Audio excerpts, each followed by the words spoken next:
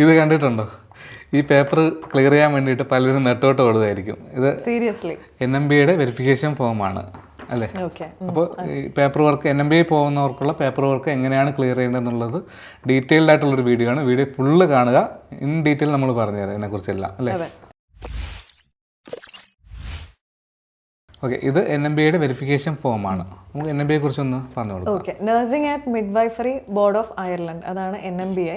അയർലൻഡിലോട്ട് migrate ചെയ്യുന്ന നഴ്സസിന് ചെയ്യേണ്ട full പ്രൊസീജിയേഴ്സാണ് ഇതിൽ നമ്മൾ പറയാൻ പോകുന്നത്. അപ്പോൾ നേഴ്സസ് ആകുമ്പോഴേക്കും നിങ്ങൾ ചിലപ്പോൾ വേറൊരു രാജ്യത്ത് കുറേ നാൾ വർക്ക് ചെയ്തിട്ടുണ്ടായിരിക്കും, അല്ലെങ്കിൽ നാട്ടിൽ ഇന്ത്യയിൽ തന്നെ കുറേ നാൾ വർക്ക് ചെയ്തിട്ടൊക്കെ പിന്നീട് അയർലൻഡിൽ ഒരു ഓപ്പർച്യൂണിറ്റി വരുമ്പോൾ they will be very happy. വേറൊരു അവരുടെ ഒരു ഡ്രീം കൺട്രി ആയിരിക്കും. ഇതിൻ്റെ മൈഗ്രേഷൻ എങ്ങനെ ഏറ്റവും ഈസി ആൻഡ് റിലയബിൾ ആക്കാം എന്നുള്ളതായിരിക്കും നിങ്ങളുടെ ഒരു ക്രൈറ്റീരിയ. ഓക്കെ, അപ്പോൾ അങ്ങനെ കൺഫ്യൂസ്ഡ് ആയിട്ട് ഒരു ഡയലമയിൽ നിൽക്കുന്നവർക്കാണെങ്കിൽ ഏറ്റവും കൂടുതൽ അസിസ്റ്റൻസ് പ്രൊവൈഡ് ചെയ്യുന്നതാണ് ട്രൂവേ ഇൻ്റർനാഷണൽ. അപ്പോൾ നമ്മളിതിൽ ഏറ്റവും ഇസഡായിട്ട് നിങ്ങൾക്ക് എങ്ങനെ ഓരോ കാര്യങ്ങളും ചെയ്യണം, അതിൻ്റെ അൾട്ടിമേറ്റ്ലി നിങ്ങൾക്ക് ആ DL കിട്ടുന്നവരെ, NMBയുടെ ഡിസിഷൻ ലെറ്റർ നിങ്ങൾക്ക് കിട്ടുന്നത് വരെയുള്ള ഫുൾ അസിസ്റ്റൻസ് ആണ് ട്രൂവേയുടെ സൈഡിൽ നിന്ന് നമ്മൾ പ്രൊവൈഡ് ചെയ്യുന്നത്. ഓക്കെ, അപ്പോൾ ആദ്യം സാറ് കാണിച്ചതുപോലെ ഇത് എംപ്ലോയ്മെന്റ് ഫോമാണ്. ഓക്കെ, NMBയുടെ എംപ്ലോയ്മെന്റ് ഫോം, ദാറ്റ് ഈസ് NMBക്ക് മെയിൻ ആയിട്ട് വരുന്ന വെരിഫിക്കേഷൻ ഏതൊക്കെയാണ്? ഒന്ന് എംപ്ലോയ്മെന്റ്, വർക്ക് ചെയ്ത ഹോസ്പിറ്റലിൽ നിന്ന് വരും, പിന്നെ യൂണിവേഴ്സിറ്റി പഠിച്ച കോളേജിൽ നിന്ന് വരും, കോളേജിൽ നിന്ന് എടുക്കണം, പിന്നെ നിങ്ങളുടെ ഏതാണോ നഴ്സിംഗ് കൗൺസിൽ അവിടെ നിന്ന് ഗുഡ് സ്റ്റാൻഡിംഗ് ആണ് വരുന്നത്. അപ്പോൾ ഇതിന്റെ ഫുൾ ഒരു പ്രൊസീജിയർ നമുക്ക് എങ്ങനെയാണെന്ന് നോക്കാം. ഇപ്പം നിങ്ങളൊരു നേഴ്സാണ്, അയർലൻഡിലോട്ട് പോകാനായിട്ട് പ്ലാൻ ചെയ്തിട്ടുണ്ട്. അപ്പോൾ ആ പ്ലാനിങ്ങിൽ നമ്മളിപ്പോൾ നിൽക്കുകയാണ്. അപ്പോൾ അടുത്ത എന്താണ് നിങ്ങൾ അടുത്ത് ചെയ്യേണ്ട, ഏറ്റവും ആദ്യം ചെയ്യേണ്ട ഒരു പ്രോസസ്സ് എന്ന് പറയുമ്പോൾ, നിങ്ങൾ വർക്ക് ചെയ്തിട്ടുള്ള ഹോസ്പിറ്റലിൽ നിന്നും പഠിച്ച കോളേജിൽ നിന്നും നിങ്ങൾക്ക് ഏത് നഴ്സിംഗ് കൗൺസിലാണോ രജിസ്ട്രേഷൻ ഉള്ളത് അവിടെ നിന്നും ഉള്ള വേരിഫിക്കേഷൻസ് കംപ്ലീറ്റ് ആക്കി വെക്കുക എന്നുള്ളതാണ്. ഇപ്പോൾ ഈ ഇരിക്കുന്ന എംപ്ലോയ്മെന്റ് ഫോം എന്ന് പറയുമ്പോൾ ഇത് ഹോസ്പിറ്റലിൽ നിന്നുള്ള വേരിഫിക്കേഷൻ ക്ലിയർ ചെയ്യാനുള്ളതാണ്. അതുപോലെ നമുക്കൊരു ജനറൽ നഴ്സിംഗിന്റെ ഒരു ക്വാളിഫിക്കേഷൻ ഫോം ഉണ്ട്, അത് നിങ്ങളുടെ കോളേജിൽ നിന്നുള്ള വേരിഫിക്കേഷൻ ക്ലിയർ ചെയ്യാനുള്ളതാണ്. പിന്നെ നഴ്സിംഗ് കൗൺസിലിൽ നിന്ന് ഗുഡ് സ്റ്റാൻഡിംഗ്, അതിന് പ്രത്യേകിച്ച് ഫോർമാറ്റ് ഒന്നുമില്ല, കൗൺസിൽ തന്നെ സെൻഡ് ചെയ്യുന്ന ഫോർമാറ്റ് ആയിരിക്കും. ഇപ്പോൾ ചിലർക്ക് 2ഉം 3ഉം കൗൺസിലിൽ രജിസ്ട്രേഷൻ ഉള്ളവരുണ്ടായിരിക്കും. കൗൺസിലിന് ഗുഡ് സ്റ്റാൻഡിംഗ് നമുക്ക് സെപ്പറേറ്റ് ഒരു വീഡിയോ നമ്മൾ ചെയ്യുന്നതായിരിക്കും. അപ്ലോഡ് ചെയ്യും. അതെ, അപ്പോൾ എവിടെയൊക്കെ രജിസ്ട്രേഷൻ ഉണ്ടോ അവിടെ നിന്നെല്ലാം ഗുഡ് സ്റ്റാൻഡിംഗ് എടുക്കണം. അതുപോലെ എംപ്ലോയ്മെന്റ് ഫോം എന്ന് പറയുമ്പോൾ ഒരാൾ ഒരു ഹോസ്പിറ്റലിൽ മാത്രമായിരിക്കില്ല വർക്ക് ചെയ്തിട്ടുള്ളത്, പല ഹോസ്പിറ്റലിലെ എക്സ്പീരിയൻസ് ഉള്ളവരുണ്ടായിരിക്കും. അപ്പോൾ അതുകൊണ്ട് ആ ഹോസ്പിറ്റലിൽ നിന്നെല്ലാം നമ്മൾ എംപ്ലോയ്മെന്റ് ഫോം ഫില്ല് ചെയ്തെടുക്കണം. അതുപോലെ ചിലർക്ക് ഡ്യുവൽ ക്വാളിഫിക്കേഷൻ ഉണ്ടായിരിക്കും. GNM പഠിച്ചത് ഒരു കോളേജിൽ, പോസ്റ്റ് BSc വേറൊരു കോളേജിൽ പഠിച്ചിട്ടുണ്ടാവും, BSc ഒരു സ്ഥലത്തായിരിക്കും, MSc വേറൊരു സ്ഥലത്തായിരിക്കും. So whatever is the qualification and ഏതൊക്കെ കോളേജാണോ അവിടെ നിന്നെല്ലാം നമ്മൾ ഈ ക്വാളിഫിക്കേഷൻ ഫോം ഫില്ല് ചെയ്യും.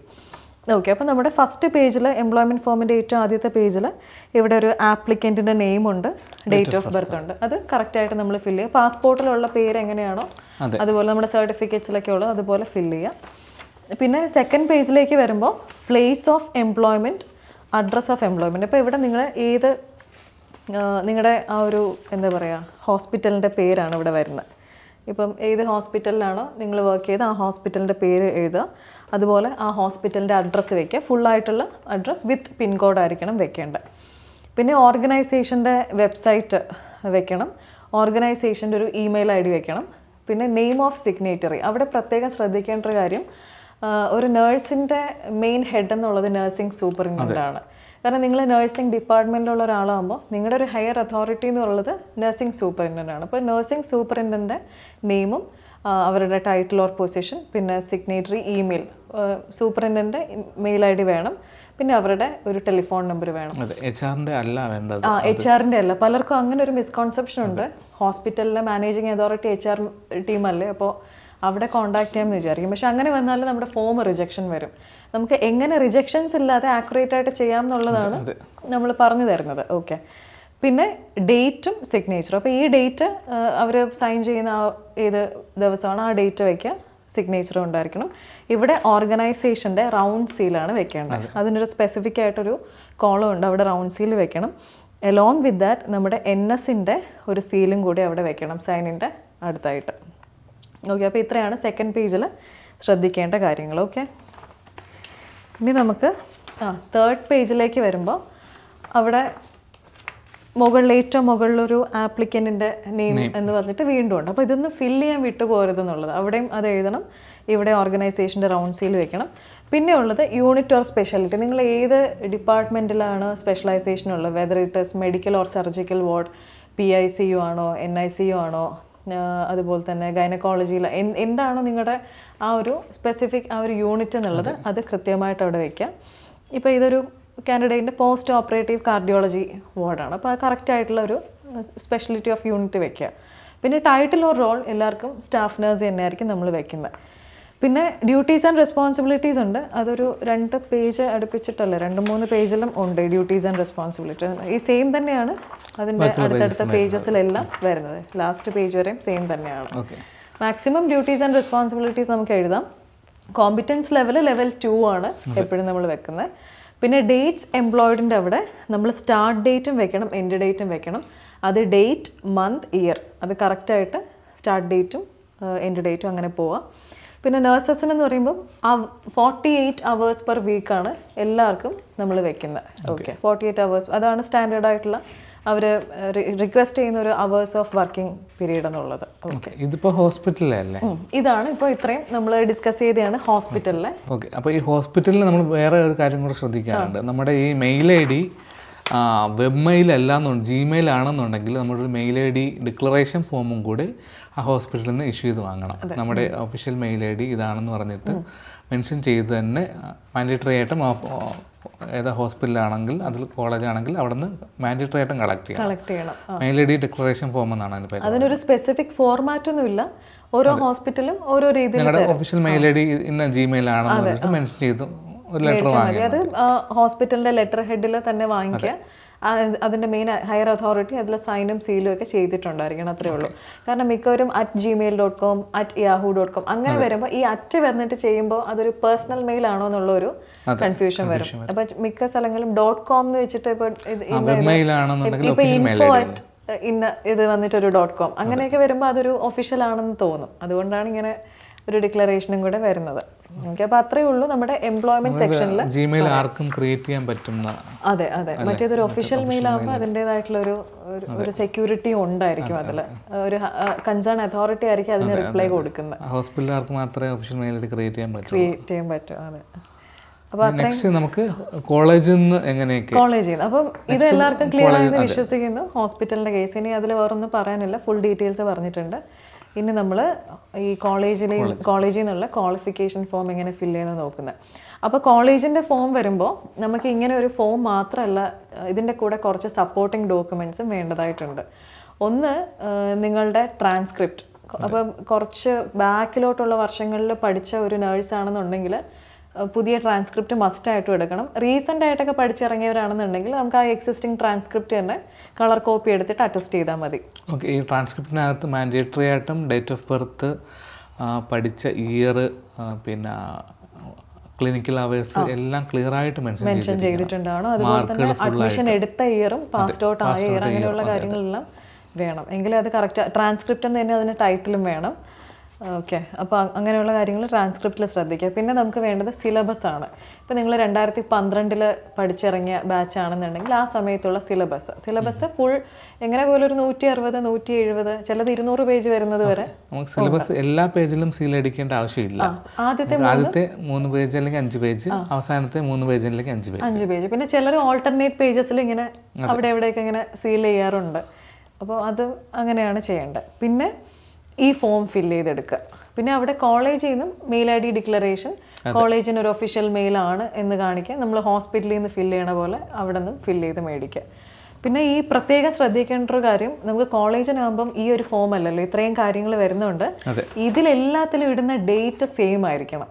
സെയിം ഡേറ്റ് ആയിരിക്കണം അറ്റസ്റ്റേഷൻ്റെ ഡേറ്റ് ആയിട്ട് വെക്കുന്നത്.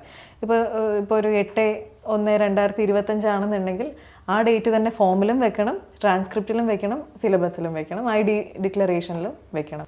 ഓക്കെ, അപ്പോൾ ഇവിടെ നമുക്ക് ഫോം ജസ്റ്റ് ഒന്ന് നോക്കാം. ഇതിൽ ജനറൽ നഴ്സിംഗ് ക്വാളിഫിക്കേഷൻ ഫോം എന്നാണ് കാണിക്കുന്നത്. പക്ഷേ ഇത് GNM വേണ്ടി മാത്രമുള്ളതല്ല, പോസ്റ്റ് BSc-കാർക്കും BSc ചെയ്തിട്ടുള്ളവർക്കും MSc-കാർക്കെല്ലാം ഈ സെയിം ഫോം തന്നെയാണ് ക്വാളിഫിക്കേഷൻ്റെ. ഓക്കെ, ഫ്രണ്ട് പേജിൽ ആപ്ലിക്കൻ്റ് നെയിം ഉണ്ട്, അവിടെ നിങ്ങളുടെ പേര് കറക്റ്റായിട്ട് എഴുതുക. പിന്നെ ഡേറ്റ് ഓഫ് ബർത്ത് വേണം, ക്വാളിഫിക്കേഷൻ, ടൈറ്റിൽ, ഏത് കോഴ്സാണ് നിങ്ങൾ പഠിച്ചിട്ടുള്ളത് എന്നുള്ളതാണ് അവിടെ വെക്കുന്നത് കേട്ടോ. ഇപ്പോൾ BSc നഴ്സിംഗ് ആണെങ്കിൽ അത്, MSc ആണെങ്കിൽ അങ്ങനെ, പോസ്റ്റ് BSc ആണെങ്കിൽ അങ്ങനെ.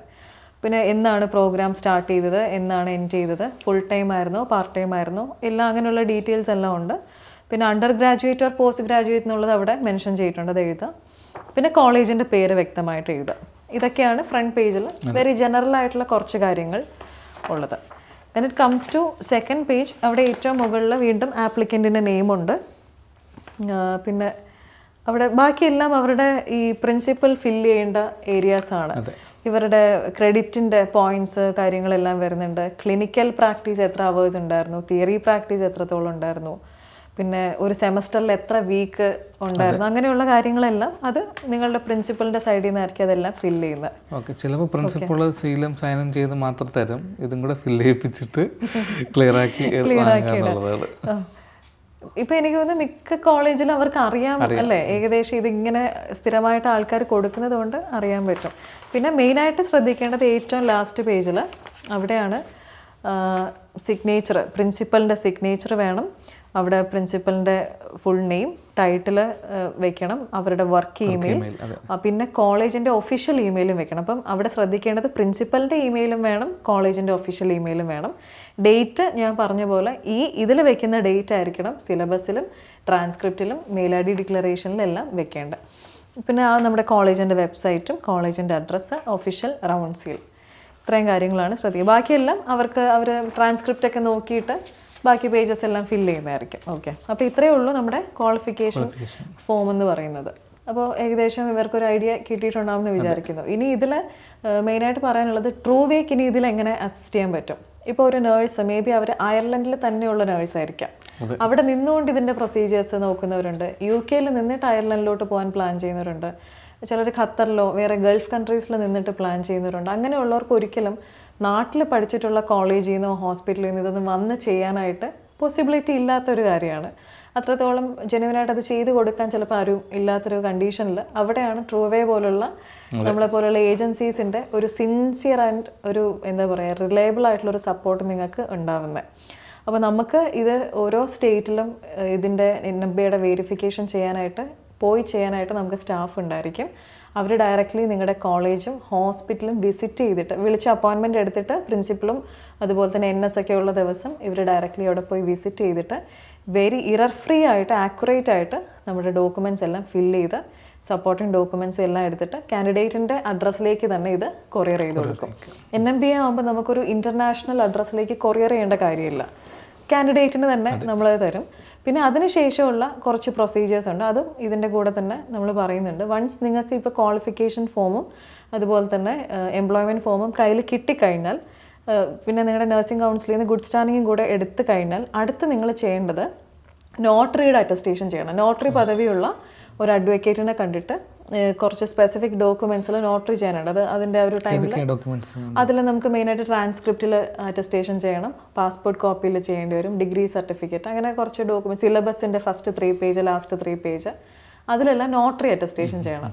എന്നിട്ട് ഇതെല്ലാം ക്ലിയർ ആയിട്ട് സ്കാൻ ചെയ്ത് നമുക്ക് അയച്ചു തരിക. എന്നിട്ടാണ് നമ്മൾ പോർട്ടൽ ക്രിയേറ്റ് ചെയ്യുന്നത്. NMBയുടെ പോർട്ടൽ ക്രിയേറ്റ് ആയി പിന്നെ ഇതെല്ലാം നമ്മൾ അപ്ലോഡ് ചെയ്ത് കൊടുത്ത ശേഷം പിന്നെ ഇത് വൺസ് സബ്മിറ്റ് ചെയ്ത് കഴിഞ്ഞാൽ 90 വർക്കിംഗ് ഡേയ്സ് എടുക്കും ഇവർക്ക് ഡിസിഷൻ ലെറ്റർ വരാൻ വേണ്ടി. അപ്പോൾ അത് DL വരെയുള്ള കാര്യങ്ങളെല്ലാം ക്ലിയർ ചെയ്ത് കൊടുക്കും. പിന്നെ നമുക്ക് വിസയുടെ അസിസ്റ്റൻസ് അങ്ങനെയൊന്നുമില്ല, പക്ഷേ ഇതുപോലെ ചെയ്യുന്ന മൈഗ്രേഷൻ ചെയ്യുന്ന ഏജൻസീസുമായിട്ട് നമുക്ക് ടൈപ്പ് ഉള്ളത് കൊണ്ട് നമുക്ക് അങ്ങനെ നിങ്ങളൊന്ന് ഹെൽപ്പ് ചെയ്യാൻ പറ്റും. ഓക്കെ, അപ്പോൾ നമ്മൾ എവിടെ നിന്ന് തുടങ്ങി എവിടെ എത്തിയല്ലേ. അയർലൻഡിൽ പോകാൻ മെയിനായിട്ടുള്ള ഒരു സ്റ്റേജസ് എന്തൊക്കെയാണോ അതിലെല്ലാം നമ്മൾ നിങ്ങളെ അസിസ്റ്റ് ചെയ്യുന്നുണ്ട്. നിങ്ങൾ സ്വന്തമായിട്ട് ചെയ്യുവാണെന്നുണ്ടെങ്കിൽ പോലും ഈ പറഞ്ഞ കാര്യങ്ങളൊക്കെ ഡീറ്റെയിൽ ആയിട്ട് പറഞ്ഞു തന്നിട്ടുണ്ട്. അതെല്ലാം ഒന്ന് ക്രോസ് ചെക്ക് ചെയ്തിട്ട് തന്നെ എറർ ഫ്രീ ആയിട്ട് ചെയ്യാം.